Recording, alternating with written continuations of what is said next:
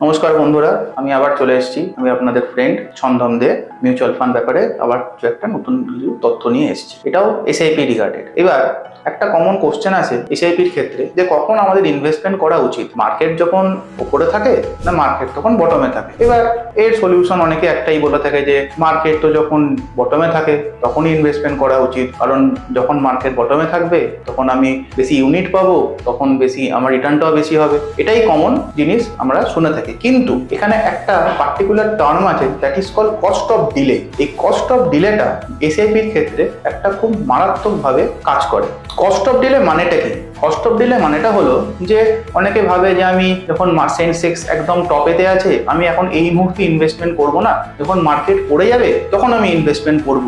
এই যে টাইমটা যাচ্ছে এই টাইমটাকেই বলা হয় cost of delay. White walk mutual ফান্ডের একটা স্ট্যাটিস্টিক্স থেকে দেখা গেছে যে লং টার্ম ইনভেস্টমেন্টের ক্ষেত্রে এই কস্ট অফ ডিলে ফ্যাক্টরটা কতখানি কাজে দেয়। সেখানে দেখা গেছে যে এই কস্ট অফ ডিলেটা কিন্তু আমরা যখন অনেকে এই মার্কেট যখন পড়ে যাচ্ছে বটমে ইনভেস্ট করছে সেখানে ইনভেস্ট করার থেকে কতটা অ্যাডভান্টেজ অ্যাকচুয়ালি এই কস্ট অফ ডিলেটা আউটওয়েস করে দেয় সেই ইনভেস্টমেন্টগুলো থেকে যেগুলো আমরা ট্রাই করি যে মার্কেট যখন পড়ে থাকবে সেই টাইমে পারচেস করবার জন্য। ধরুন দুজন বন্ধু আছে, একজনকার নাম এ একজনকার নাম বি। যে ভগবান তাকে একটা ক্ষমতা দিল যে সে বি সে জানতে পারবে যে কোন দিন কোন সময় মার্কেট একদম বটমে থাকবে। যার নাম এ তার কাছে কোনো এরকম ক্ষমতা নেই। এবার ফ্রেন্ড এ যার কাছে কোনো ক্ষমতা নেই, এবার সে যখন ফেব্রুয়ারি 2000 যখন সেন্সেক্স ছিল 6000 তখন তার বন্ধু বি কে বললো যে চ এবার একটা আমি এসআইপি শুরু করি। কিন্তু ওই বন্ধুর বির কাছে একটা ক্ষমতা রয়েছে, মার্কেট দেখতে পায়। বন্ধু বি বললো যে না, আমি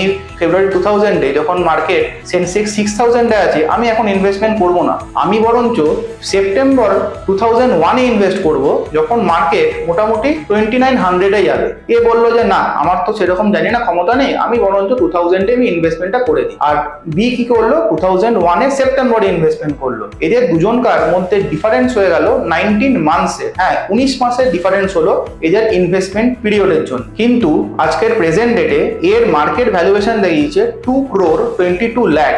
আর যেখানে বি যার কাছে ক্ষমতা ছিল মার্কেটের বটম প্রেডিক্ট করার, তার মার্কেট ভ্যালুয়েশন দাঁড়িয়েছে 1,80 লাখ। তার মানে আপনি বুঝতে পারছেন এই কস্ট অফ ডিলে ফ্যাক্টরটা কতখানি কাজ করেছে আপনাদের এই ইনভেস্টমেন্টটাকে আরো ওয়েলথ ক্রিয়েট করে দেওয়ার জন্য। ঠিক আমি আরেকটা এক্সাম্পল দিচ্ছি। 2008 যখন গ্লোবাল মার্কেট ফিনান্সিয়াল ক্রাইসিস হয়েছিল তখন আমাদের সেন্সেক্স ছিল 2500। ঠিক তখন কেউ যদি ইনভেস্টমেন্ট করতো তার আজকের মার্কেট ভ্যালু দাঁড়াতো 58 লাখ। কিন্তু ঠিক মার্চ 2009 যখন মার্কেটের সেন্সেক্স ভ্যালু দাঁড়িয়েছিল 10,500 তখন যদি কেউ ইনভেস্টমেন্ট করতো তাহলে তার মার্কেটের ভ্যালু প্রেজেন্ট ডেতে লেস দেন 50 লাখ। তার মানে এখানেও বুঝতে পারছেন যে কস্ট অফ ডিলেটা কতখানি ফ্যাক্টর করছে। এই যে দেখলেন যে জানুয়ারি 2008 আর মার্চ 2009 এই গ্যাপটার মধ্যে বেশি ইনভেস্টমেন্ট করলো, এর কত ইনভেস্ট বেশি করলো 1,40,000 মতো, কিন্তু তার ফলে ওর কর্পাস তৈরি হলো প্রেজেন্ট সিচুয়েশনে 58 লাখ আর বি এর হলো কত 50 লাখ। তো ডিফারেন্স কত হলো? ডিফারেন্স হলো মোর দ্যান 10 লাখ সে ইনভেস্টমেন্ট করলো। কিন্তু আপনি দেখুন এ কিন্তু এক্সট্রা কত টাকা দিয়েছে, এ এক্সট্রা দিয়েছে 1,40,000, কিন্তু তার প্রেক্ষিতে ও কত টাকা বেশি জেনারেট করলো more than 9 lakh as compare to B. এটাই হলো কস্ট অফ ডিলের আরেকটা এক্সাম্পল। তাই এসআইপি সাকসেসফুলি চালানোর জন্য কয়েকটা রুল আছে, যেমন স্টার্ট আর্লি অ্যাজ পসিবল। আপনি যত তাড়াতাড়ি এসআইপি শুরু করবেন ততই আপনার পক্ষে ভালো। একটা ডিসিপ্লিন মেনটেন করে চলুন, তাহলে দেখবেন আপনার কোনো হ্যাম্পার হবে না। আর লং টার্মের জন্য ইনভেস্টমেন্ট থাকুন, সে মার্কেট ওপরেই হোক মার্কেট বটমেই হোক, এসআইপির ক্ষেত্রে কোনো কিছু সেটা কাটে না। এসআইপি সবকিছু অ্যাভারেজ আউট করে আপনাকে একটা লং টার্মের জন্য একটা সুন্দর রিটার্ন আপনাকে জেনারেট করে দেবে। আশা করি ব্যাপারটা আপনাদের বোঝাতে পেরেছি কস্ট অফ ডিলে ব্যাপারটা কি। তাই এরপর থেকে ইনভেস্টমেন্ট করবার সময় দ্বিতীয়বার ভাববেন না যে মার্কেট টপে আছে না মার্কেট বটমে আছে।